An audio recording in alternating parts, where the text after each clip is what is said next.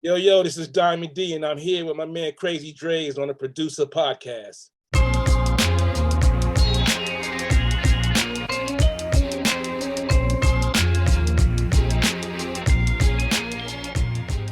Hey, yo, what's good, y'all? You already know it's your man Krazy to the Diggity, Drayzy, Diggity, EFX. And today I'm bringing you another one. I'm bringing you a legend in the game. I mean, yo, this is my OG right here. You know what I'm saying? When we was away at school, we looked up to this dude right here. Yo, he's worked with the biggest. I'm talking about. We the same age. Don't do that. Yo, come on, man. Yo, man. No. I'm talking about when I was in college. You know what I'm saying? I went the college route.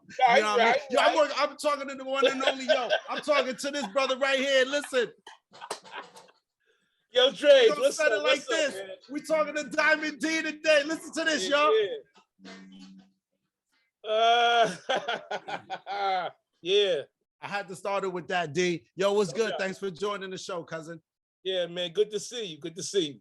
Good to see you too, man. Yo, listen, D, I just want to jump in right from there, man, with the Lord Finesse Funky Technician joint.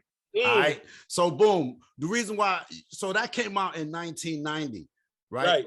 And me and school, we were away in school. We were like 20 at the time. We were at Virginia State. Right. You know what I'm saying? So a lot of people ask us, because obviously, boom, that joint, and we came out 2 years later with Day One Effects. You know what I'm saying? And a lot of people was asking us, like, yo, did y'all ever meet Lord Finesse? And by the way, of course, Diamond D produced that. So we're like, we asked, yo, did you ever meet Diamond D? And we've met in passing, but we've never really talked about that track and us using it. Give me your feedback on it when you heard us on it. Honestly, you know what? It's crazy because it's y'all definitely took it to the next level. Mm-hmm. You know what I mean? But yeah, I was the first one to sample that, but I didn't know if y'all sampled the 12-inch or you had the original. Well, it don't even matter. You know what I mean? What y'all did with the sample, shit was extraordinary. You know what I mean? And a song like that's gonna live forever. Definitely. What was Finesse's angle on it? Be real. Was like, damn, who the fuck are these niggas? I mean, yo, come on, man. You know, yo, we all are artists. Right. You know what I mean? Say less. But I'll tell you one thing, yo. Talk to me. I was in a group called the Ultimate Force. Yes. A song called I'm Not Playing. Yeah, okay, talk to me. Now, when Chubb Rock and Howie T did it, okay, yeah, I was like that. Okay. I was like that. Okay. But, okay.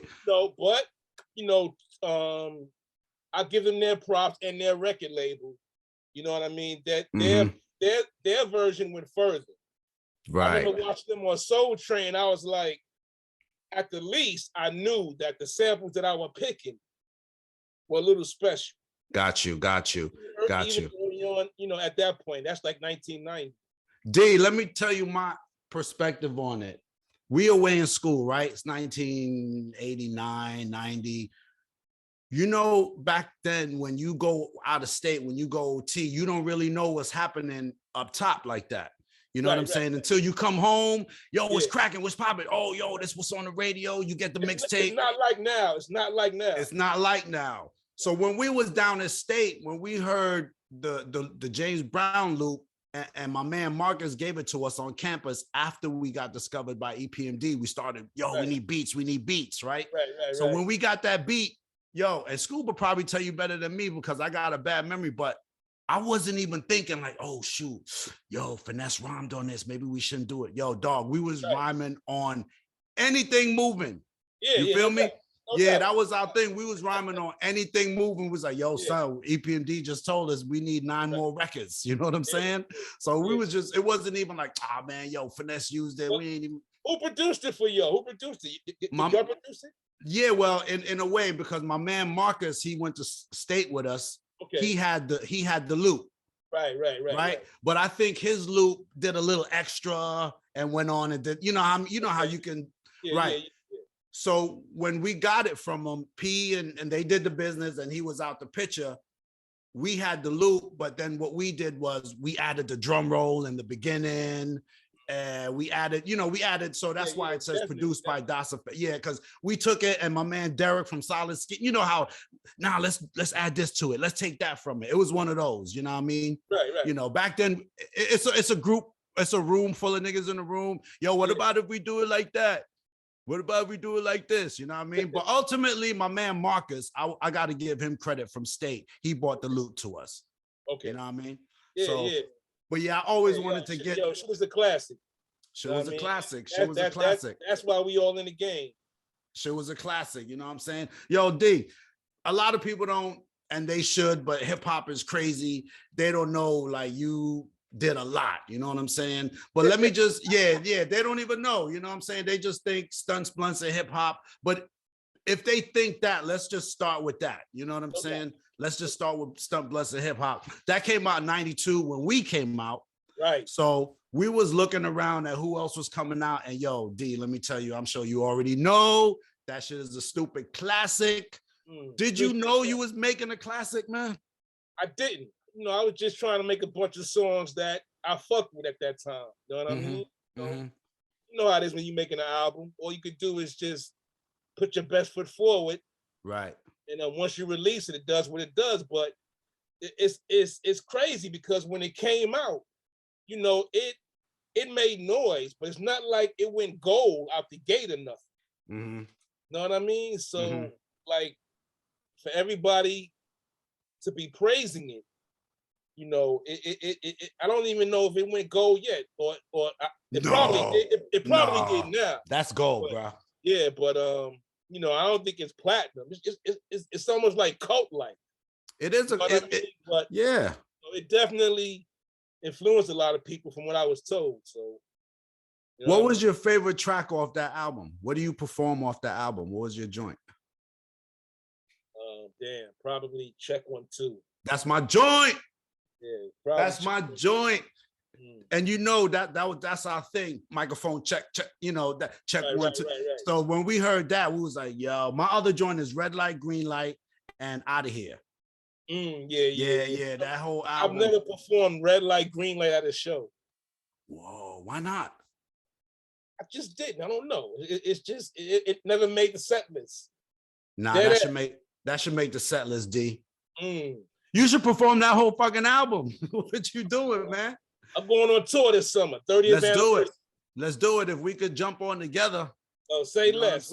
Yo, we got to tour together. Where you going? But let the people know. Domestic. Domestic. Yeah, I'm with you. Yo, if we could do the Diamond D, Das EFX, and whoever else. Yo, we here, bro. Okay. You know what I'm saying? Yeah. So let's take on that album. So you was just throwing beats together and that's it. And I heard, and I know, you know, Pooh Bah got you into rhyming. So that's allegedly him and Lord Finesse were like my, you know, because I was around them all the time. Yeah. You know what I mean? So I learned cadence from them, you know, the use of metaphors and shit like that. You know what I mean? But like when I made the album, I wasn't really focused on MCing. I just wanted to get these beats out. You know, to this day, I'm still a producer at heart. You know, I just know, you know, that's my first love. And it's definitely, because I spoke to Pete, and it's one of those things where you're making beats and you hear how somebody should be rhyming to the beat. So you just did it. It was out of necessity. Yeah, but you made it sound so effortless. You know what I'm saying? That was one of the things. I'm nicer than a lot of MCs. Yeah, I know. I know that.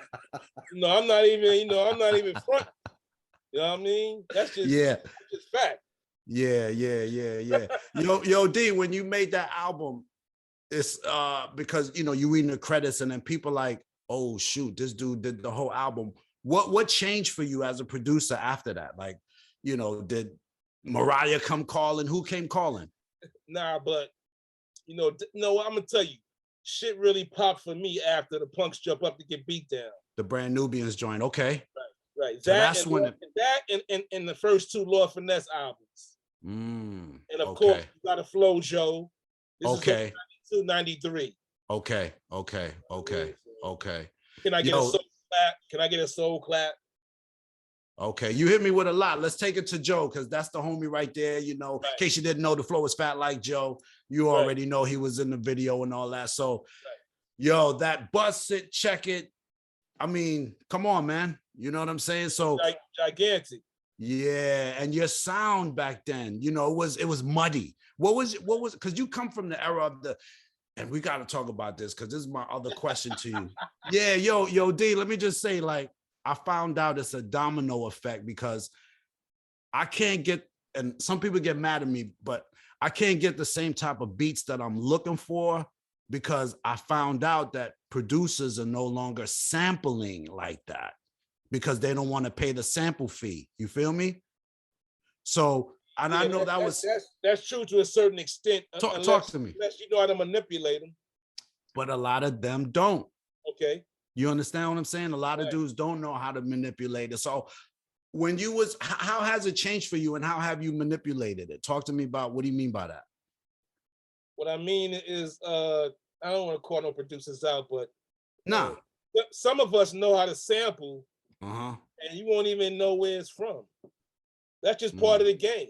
You know what I mean? You either going to do that or just clear the sample if you must have that sound. I'm totally for producers who decide not to sample at all, because at the end of the day, this shit is the business and we all want to own as much as our publishing as we can. You know what I mean? So, you know, it's, if you're a producer, it's a battle you have between yourself. You know, if you're working with a big artist and as a producer, you get 50%. If the sample wants to take 30% of your 50 or 40% of your 50 or 50% of your or 100% of your 50, then at that point you would try to hire a musician and replay it and then just clear the master. We both know that. Dr. Dre route, just hire the musicians and play it. There it is. And keep most of your publishing. Yeah, and unfortunately, son, I don't think a lot of producers, they don't even do all of that. You know what I'm saying? That's like a producer school 105. You know what I mean? That's like, oh, I gotta go to Diamond D class at 4:00 and he gotta tell me how to get around that. Because, I mean, if you're dealing with a major label, they already have an in-house sampling mechanism. True, yeah, true that. I'm talking about the independents. You know, what would benefit them. Yeah. As opposed to you know, being sued. So it's a choice, you know, that producer would have to make in that record label. Yeah, and also too, speaking to that, a lot of producers are not even hooked up with record labels because the artists don't even have that major deal anymore from the boom bap side of things. You know what I'm saying? So, you know, dudes that was getting 20 a track and we had the $600,000 budget. Yo, we need 4 of them joints. Yeah. That ain't even going down like that. You know what I'm saying? Yeah, I wish. You know what I'm saying? Yeah, that whole thing changed for us all. And, you know, now it's just coming through on the barter system, which I hate doing. And I hate lowballing. I'm not gonna come to one of you guys and be like, yo, kid, I got 2 stacks on it. You know what I'm saying? That's disrespectful. You know what I'm saying? But talk to me. But the other side of the coin is, I'd rather somebody say they got 3 or 2, you know, than to just be scared to say anything. Because if I fuck with an artist like that, I might just do it. Anyway, moving on. No, that's same here. If I fuck with you, I'm gonna do a feature. You know what I'm saying? I'm gonna do a feature for free. Same thing, you know what I'm saying? But it gotta be of a certain status. You know what I'm saying? I gotta respect you like that. You know what I'm saying? So, but let's jump off to the but let's keep it with the Joe situation. When you was, I know you did a lot of those joints on that album, a few. You know what I'm saying? Was that a project where you thought it's just gonna be what it is, or how did that, you know, when it started, when Flo Joe was rocking, what was you thinking? Well, first of all, like me and Joe we started that album maybe like a year prior to it being released. You know, it featured production from me. I believe Lord Finesse worked on there. My man Chili D worked on there. I think Showbiz too. I'm not sure, but it was still a family thing. I always knew Joe would, you know, definitely make a mark in hip hop. Of course, back then, none of us, you know, could see, you know, 20 years in the future and see, you know, the superstar he's become. You know what I mean? But I believed in him from the first time he approached me in the projects and said, yo, you know, I want to rhyme. You know, I didn't believe him at first, but so I told him, yo, you pay for your studio time, I'll show up.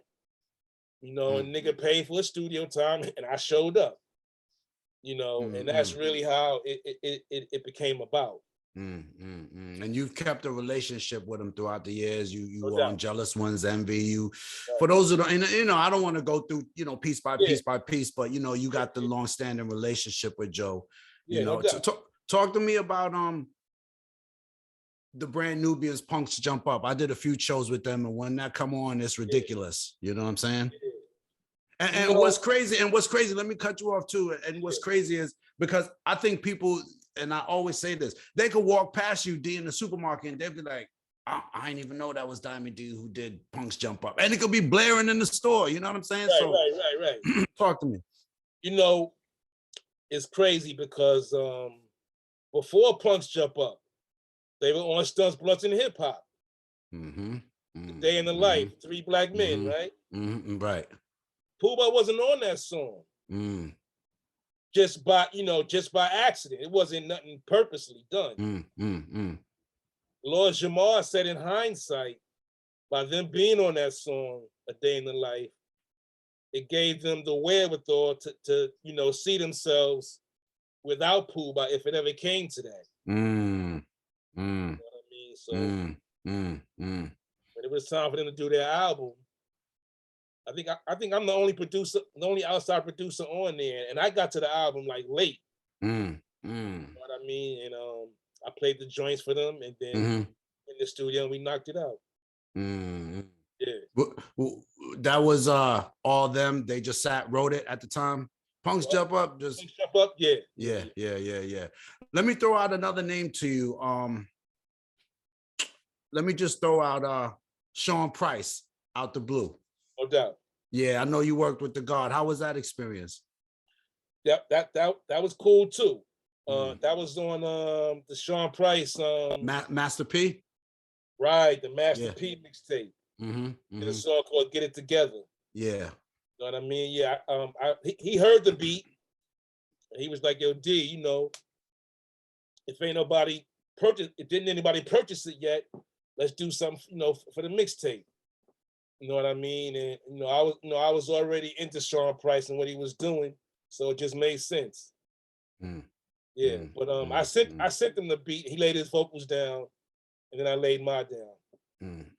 Yo, D, and we just gonna, cause I got mad notes, but I just want to chop it up with you on some just. Yeah. Do you keep beats? Or you just, you know, when you got a project, do you make a beat, or do you just wait? I make beats like almost every day. Okay. Yeah. Okay. Because sometimes I used to just write rhymes just to be writing them. And for me now, I write them when I gotta write them. You know what I'm saying? Which is probably not a good thing. It's not a good thing. Trust me, I already know. But, you know, your mind goes other places. You're not inspired and shit. You know what I'm saying? All of that. Yeah. I see the keyboard behind you. What? They'd kill me if I didn't ask you. What's your weapon of choice nowadays? This is the motif XF6. I mean, I've been rocking with this shit for a while. I did everything from the first dime piece album to now. I've done on this, and you know, a lot of people are like, "Damn, it sounds like an MPC." You know, but I saw your man Eric Sermon fucking with one about 10 years ago. Okay. That's when I decided to get one.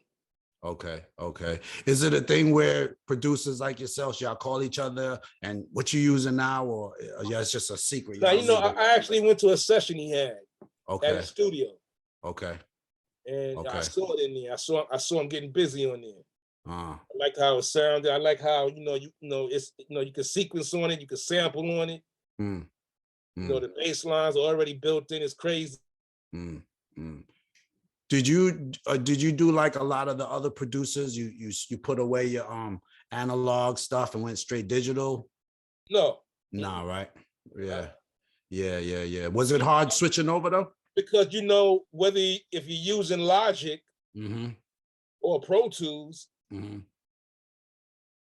once you dump it, it becomes digital. So you don't really have to change your, you know, the equipment you use to make it. There it is. What are you working on now? Like what you working on? I want to talk about what you want to talk about, because I do a lot of interviews on the other side, and I'm like, yo, I wish they would ask me about this. So what you got that you want to holler at me about in the world? The new album. I just dropped a single called Inertia. Okay. The new album is called The Rear View. You know, I'm looking to drop that this summer.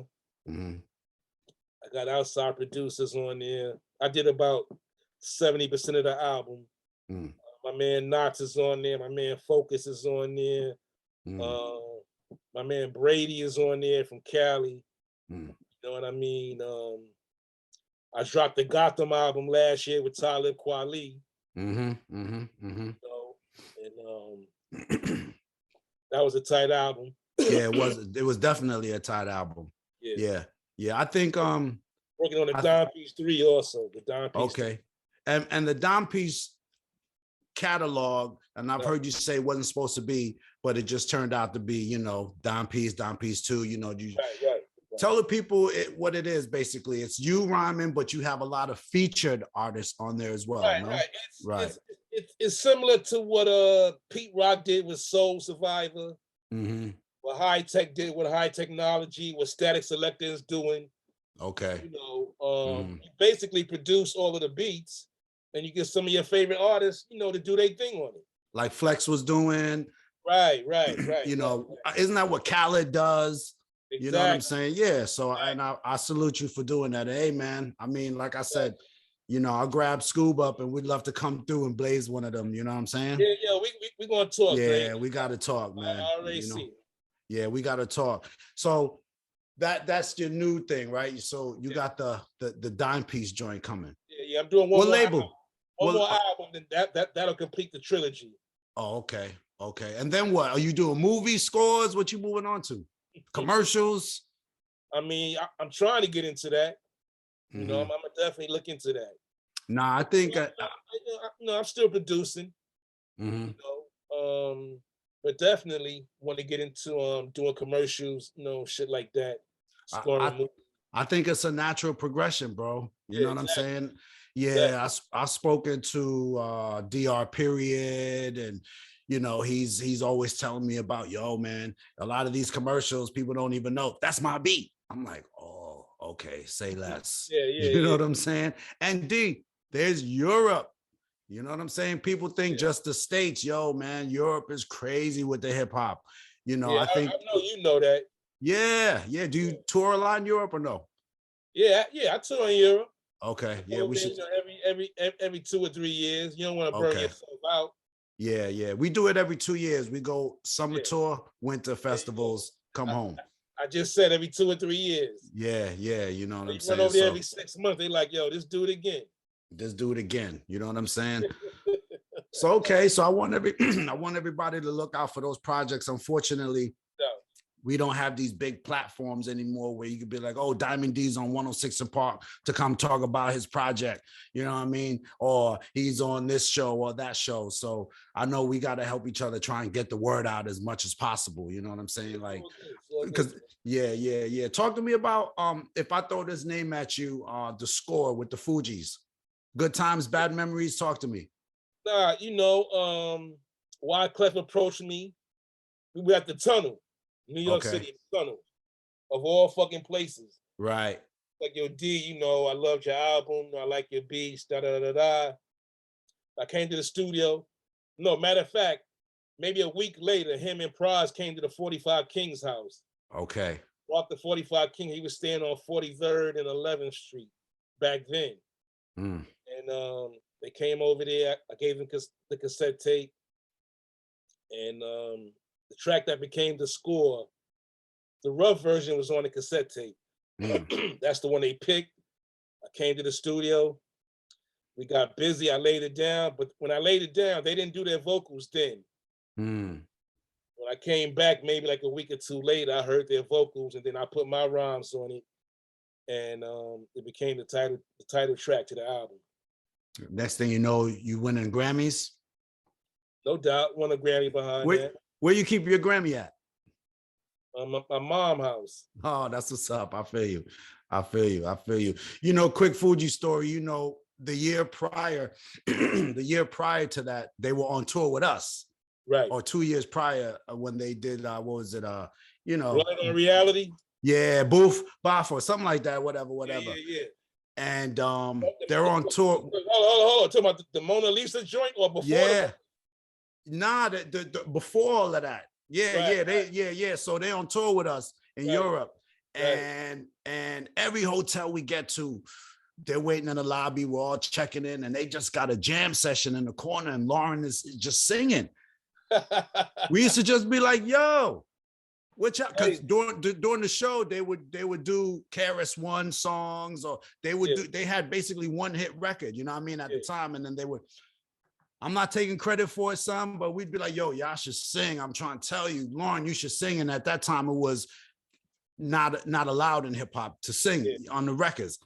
Man, a year go by, next thing you know, ooh la la la. I'm like, wait a minute, wait, what? That's the same group. Right.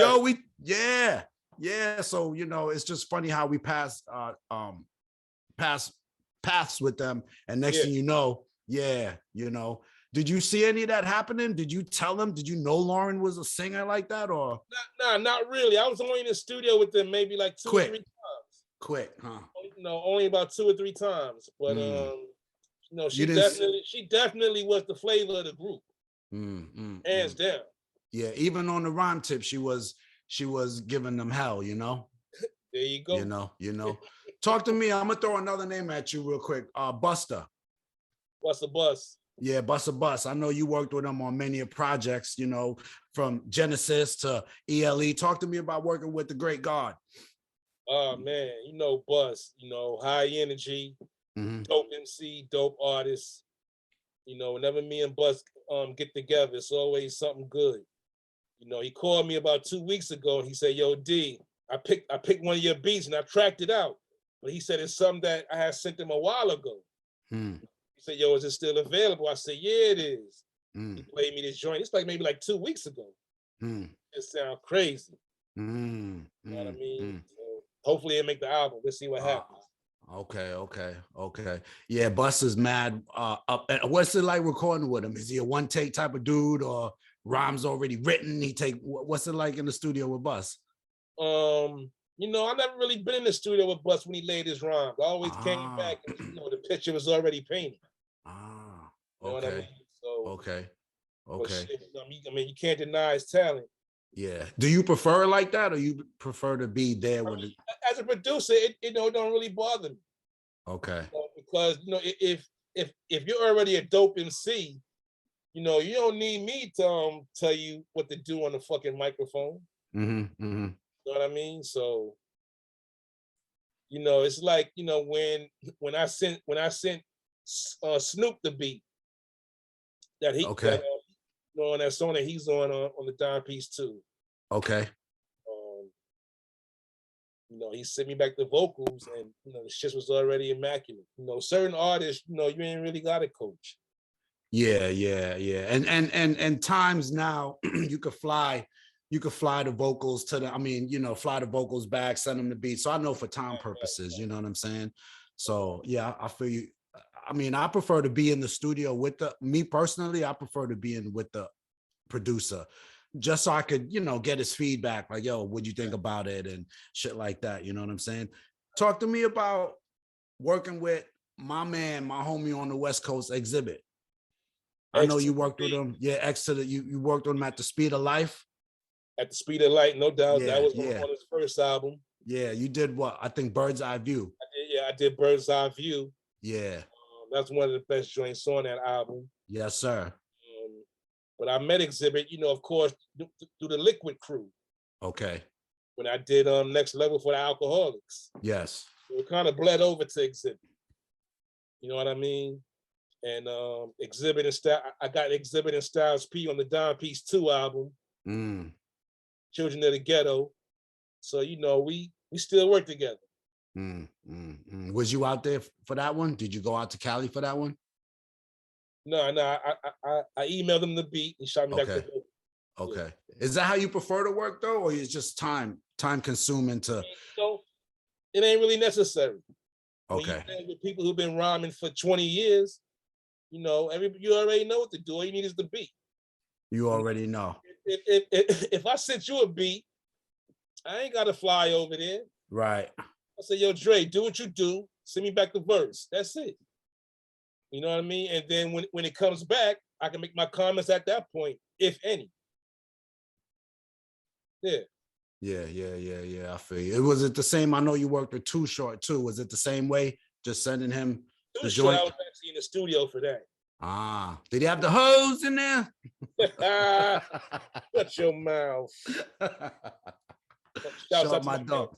Short. Yeah, you already know. She Music put that together. That was down in ATL, like mid-90s, 1995. The name of the song is Here We Go. And actually Jay-Z's on that track too. And JD, right. When I played it and I heard it. Jay-Z. Right. Right. JD remixed it. But it's actually Hove and Too Short, Ron. And then, go ahead, tell him. And then JD remixed it, and he added the hook, and then it was released like that. And then he jumped on it though, because I heard him rhyming on it. No, I heard JD. Yeah, maybe so. Nah, son, I know what I heard. Yeah, you got to check. I heard him. Too Short called the shots on that track. Okay. And speaking of remixes, I know you did for Outkast, Southern Play, the Cadillac Music joint. Yeah, definitely. Yep. Yeah. Was you big into remixes? Was they calling you a lot for remixes? Because I know that was a thing. Yeah, of course. I remixed the Outkast joint, Southern Playalistic. And I remember Big Boy saying that, that was that remix was one of the reasons, not the only reason, but one of the reasons they were able to break into New York, into the New York market. You know what I mean? I didn't really think about it like that. That came from his mouth. So, that's definitely an honor to work with Outkast. Yeah, because it was a hard market. If you was not from the tri-state, you was out of here. Right. You know what I'm saying? And then you did another remix, keeping it on the West Coast, Cypress Hill, When the Ship Goes Down. You did that remix. You know what I'm saying? Yeah, you was all over the place. And then you did another one. I'm gonna get to it. Before I get to that though, you worked with my homies that people be like, well, you worked with my homies, the Fugees. Yeah, how we never get up with you, D? How you work with Fool? You ain't work with Das, man. Come on, man. Yo, you remember? You know what? I came to the studio in Long Island one time. You remember that? And what happened? I got a bad memory. Tell me. Yeah, I think I played just some joints, but maybe the joints didn't really click with you. But I definitely came to Long Island. Parrish was there too. Somebody gonna have to. But anyway, yeah. So you worked with the homies, the Fushnikins. Right. They reached out to me. I worked on their album, and one of the songs we did was on the CB4 soundtrack, "Sneaking Up on You." Yeah. This is around the time when they was fucking with Shaq. Right around that time. Okay, yeah, I know. Shaq was telling me one time, Drayz, I like you guys, but Fushnikins is my favorite group. Like, yo, man, yo, son, what's up with that, son? He came to one of our shows in Miami one time, back. You know what I mean? And yo, that was crazy. But yeah, let me see where I want to take you next, man, because I know you got a lot going on. You worked with the Queen, Latifah. I'm trying to tell you, yo, Diggin, yo, you worked with just about who didn't you work with that you thought, damn, I wish I could have rocked with them? Rakim, Fugees rap. Okay. If you're talking about my headspace in the 90s, yeah, you know, they were up there, of course. I don't know, but just top off the top. Yo, D, do you do you do like, you know, submit beats to labels, or you just wait for people to call you? How do you work? I wait for people to call me, or either I'll reach out to a specific artist. You know what I mean? You know, so yeah, that's how I'm moving now. You know, everybody's information is on their Instagram. True that. I got an email address, so you know, ain't nobody hard to find if people really want to fuck with you. True that. Because I know there's something in the, you know, if you're hooked up in the industry, you get what's called a who's looking list or a tip sheet, you know, and you could, Cardi B's looking for a slow ballad, a slow joint. I remember that. Yeah. I used to get those all the time. You know what I'm saying? Oh, Das EFX is looking for up tempo track. You know what I'm saying? Blah, blah, blah. Yeah. I mean, shit, if you could still get those, why not? You know what I'm saying? I used to get them from Sony. Yeah. But you know, if there's other producers you fuck with, and if they're plugged into something, they might reach out to you and say, yo, you know, I'm working with such and such. A lot of that goes on too, still. Everything is built off relationships. Yeah, for sure. I'm big on collaborating DJs sometimes, MCs, producers. For instance, you know, if you're in the studio, I wouldn't mind having X producer come in and maybe say, yo, yeah, what about some horns here, or a change up here, or a bass line? You know, I think, you know, it just adds. What do you think about collaborating with other producers? Not your thing? I'm not against it if it makes sense. You know, at the end of the day, we trying to make a hit record.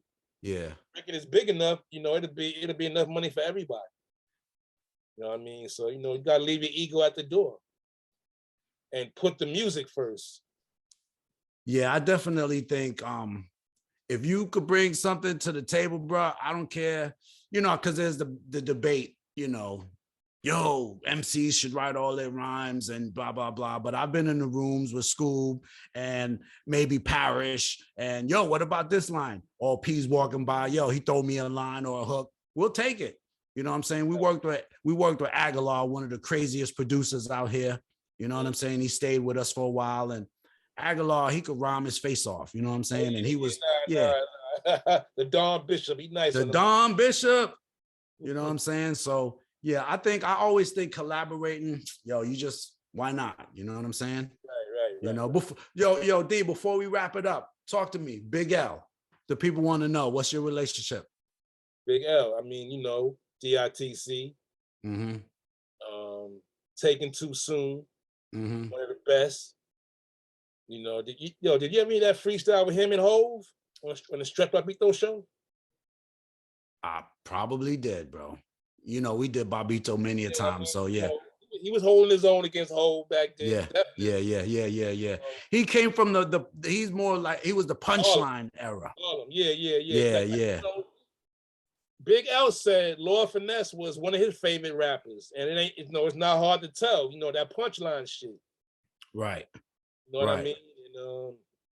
And I'm sure that's a big part of the reason why Lord Finesse and him connected so well. Lord Finesse is the one who really brought him into the fold at DITC. And you did on the Danger Zone Big L album, you did 5 Fingers of Death, no? No, that was on my second album, Hatred Pack. Okay. I did that. Yep. Okay. Right. Okay. Yo, talking about Finesse real quick. Yeah. I was listening to some of the joints you did and Finesse and all this stuff. Do you think Finesse was Big Daddy Kane an inspiration on him? He had a very similar type of...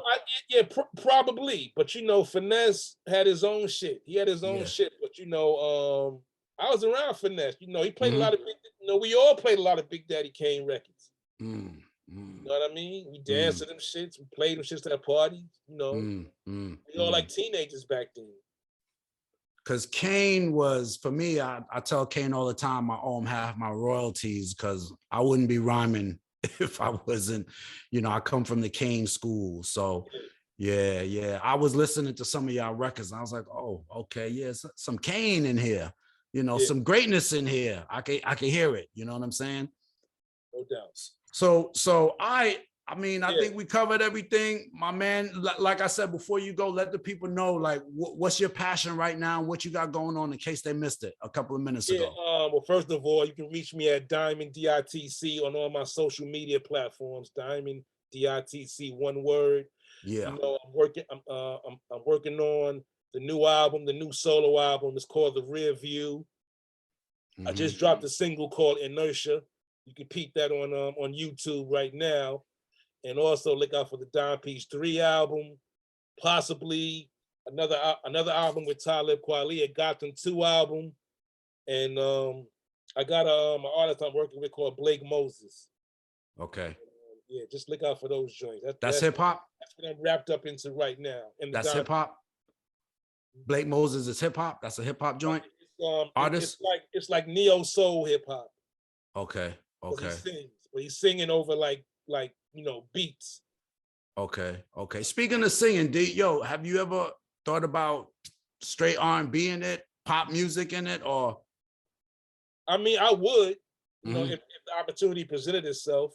You know, closest I might have came to that might have been working with TLC and working with all of the female artists on that Black Panther soundtrack, that song Freedom. Okay. But I had all the hot female artists of that day.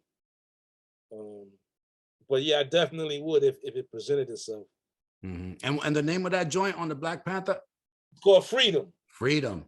Yeah. Okay. SWV, everybody's on that shit. Everybody. And Dots Effects on the new Dime Piece 3, so don't forget to let them know about that. Hey, yo, D, I don't want to hold you, fam. I appreciate you for coming through, salute, and blessing the podcast. Let's do it again, because I know you got a lot going on. Yeah, man. I'm glad to see you, man. We're gonna chop it up soon. You already know. Give it up for my brother from another mother, y'all. Diamond D on the Producers Podcast, and we out. Thanks for joining me on today's episode of the Producers Podcast, produced by my guys Raj and Vic at the Creative Content Agency. I couldn't do it without them. Big shout out to them. If you like what you heard today, please share it with everybody that likes to hear about these kind of stories behind the beats with these amazing producers. Also, if you happen to be listening on Apple Podcasts, please give us a 5-star rate and review. Also for the crew over at Spotify, you know what I mean? Please do what you do over there. Listen, follow me at my social site, you know what I mean? At Krazy Drayz. That's KrazyDrayz. Leave me some messages, leave me some questions, leave me some ideas. You know, I'm gonna holler back at you because that's just what we do at the Producers Podcast. Hey, yo, once again, thanks for tuning in. See you next time. Peace.